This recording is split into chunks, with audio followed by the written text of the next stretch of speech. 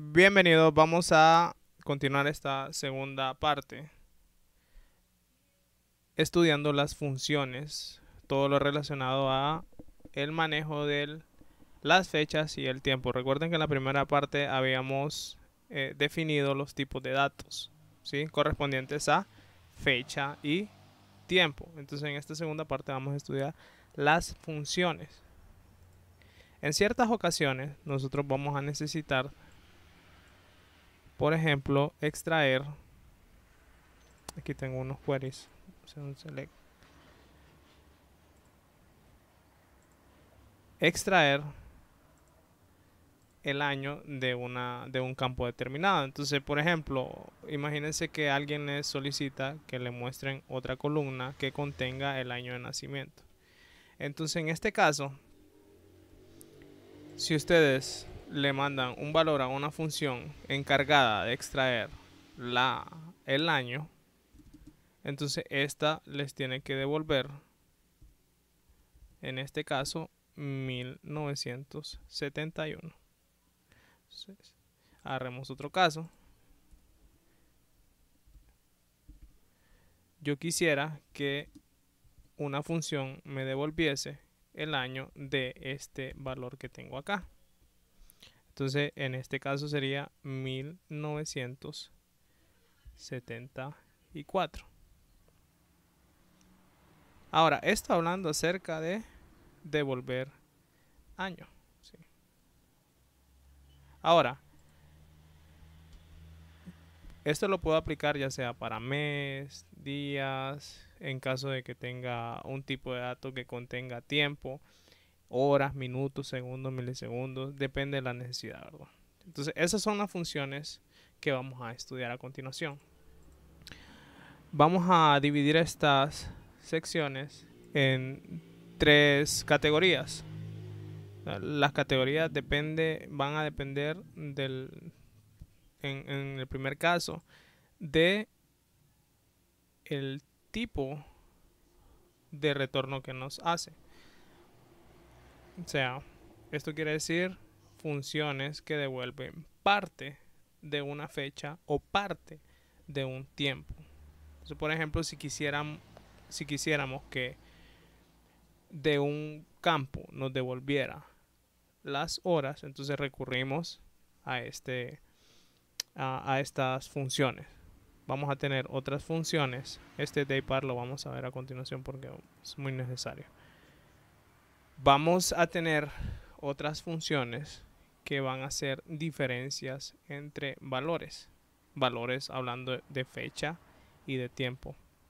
Entonces, por ejemplo, si alguien quisiera saber cuántos días hay dentro de una fecha inicial y una fecha final, tiene que recurrir a estas funciones, que en este caso sería el dative. ¿Sí?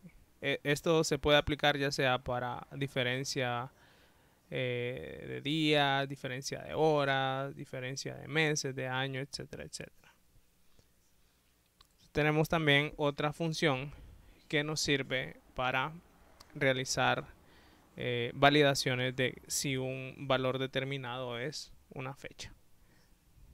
Entonces vamos a empezar estudiando la primera parte, que son aquellas funciones que nos devuelven parte de una fecha o parte de un tiempo. Solo para recordarles, recuerden que tenemos tipos de datos y esos tipos de datos, unos son tiempo y otros son fecha. Y luego vamos a tener otros tipos de datos que unen esos dos, ¿verdad? Por ejemplo, small datetime tiene una parte para fechas y otra parte para tiempo, ¿verdad? Y luego lo que va cambiando es la precisión que tenemos, ¿verdad? Se puede empezar explicando una función que es el daypart. Primero, para explicar esta tablita, tenemos el nombre de la función, la primera columna, cómo es la sintaxis o cómo la vamos a llamar, y el valor, una descripción del valor de retorno, que es lo que hace esa función. Y luego, en otra columna, vamos a tener el tipo de dato que nos retorna. En el primer caso, que es el que les estoy mencionando, que vamos a estudiar, o con el que vamos a comenzar, es el daypar. Sí, recibe dos parámetros. Un parámetro que corresponde al daypar, que prácticamente es qué es lo que quiero que me retorne. En pocas palabras, si quiero que me retorne un año, si quiero que me retorne mes, si quiero que me retorne día, si quiero que me retorne hora, minutos, segundos, nanosegundos, etcétera, etcétera. Entonces aquí lo voy a colocar en esta parte de daypar. El segundo parámetro que va a recibir va a ser un atributo que contenga fecha. ¿Sí?